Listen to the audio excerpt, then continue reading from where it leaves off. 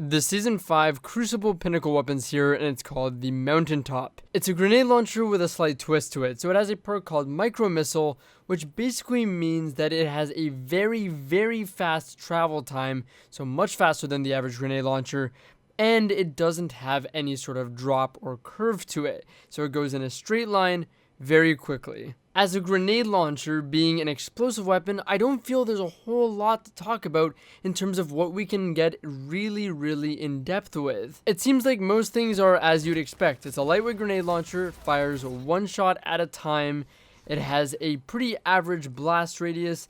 The big things to expect, again, is really just the projectile travel speed and the fact that it travels in a straight line. Of course, like the Militia's Birthright, another kinetic grenade launcher, it also has the ability to get a one-shot kill if you land a direct impact. So I think the idea behind this gun is that you want to go for one-hit kills. It has a very fast traveling projectile, goes in a straight line. The idea is to aim at your target, try and compensate for the little bit of travel time that you'll have to compensate for, and go for the one-shot kill. Sounds good, right? Sounds powerful. Well, you're missing out on a few things that you'd find on a traditional grenade launcher. You don't have any sort of remote detonation or proximity detonation, so you'll have to rely on hitting surfaces and the blast radius to damage your opponent. That is, unless you get the one-hit kill. I also forgot to mention that unlike other grenade launchers like the Fighting Lion or the Militia's Birthright, you cannot bounce this grenade launcher's projectiles off of walls and try and hit enemies behind cover. The projectiles for this weapon explode on impact with a surface. So you don't really get to utilize two main aspects of a traditional grenade launcher, and in my opinion, what makes them powerful with this weapon. But it seems like this is the trade-off for Micro Missile, that straight line that the projectile travels in at really quick speeds. I really think that with this weapon, since we don't have the remote det, proxy det, or any ricochets, you want to be going for one-hit kills. And honestly, to me, it seemed like at farther range, it was much more difficult to land one-hit kills on a consistent basis. And in close range or medium range, it was a little bit better.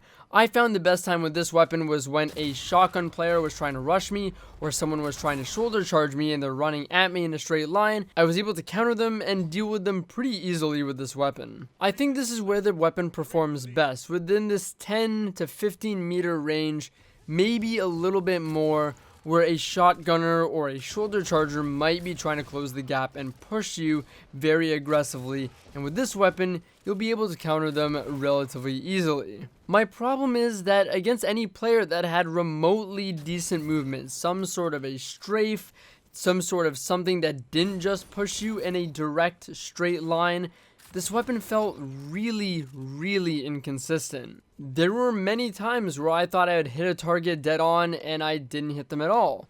There were times where I tried to aim for the upper body, the lower body, and sometimes it would work and sometimes it wouldn't. It just felt really random. There were also times where you'd be almost positive you got a direct hit on someone and you'd tag them for 182 damage and leave them very weak.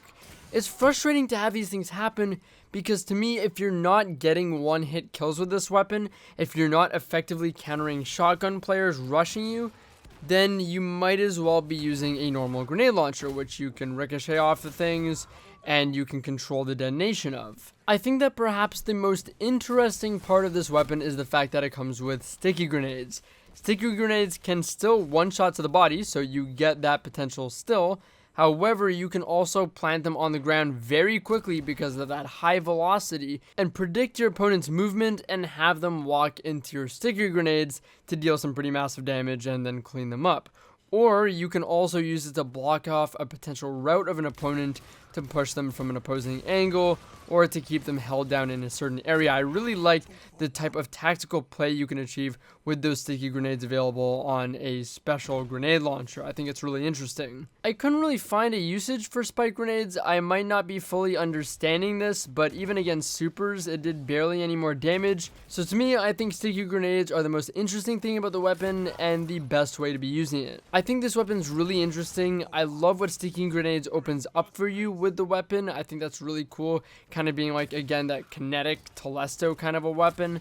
And I also really like the micro missile perk and what that allows you to do. But the biggest, most aggravating thing to me about this weapon is how inconsistent the one-hit kills feel. I really, truly dislike it. I see this weapon in its best form as a great shotgun counter, but the inconsistency of the one-hit kills or the direct impacts really annoys me a lot. And it makes it feel like there's way too much risk for just little reward, when you could say, well, why not just put on a shotgun? I think if this weapon was a little bit more reliable in that 15-meter range, this would be an excellent, excellent shotgun counter.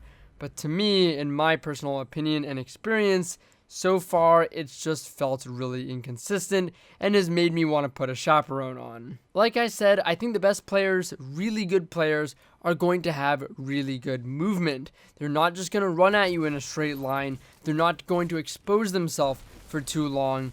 And that makes using this grenade launcher on top of the current inconsistencies even harder to use in a competitive setting or against more competent players. I will say from the footage I've seen from people like Gigs and Cami Cakes that it seems like this weapon performs a lot better with mouse and keyboard. You're able to be a lot more precise, so you can lead your shots a little bit better to make up for that travel time.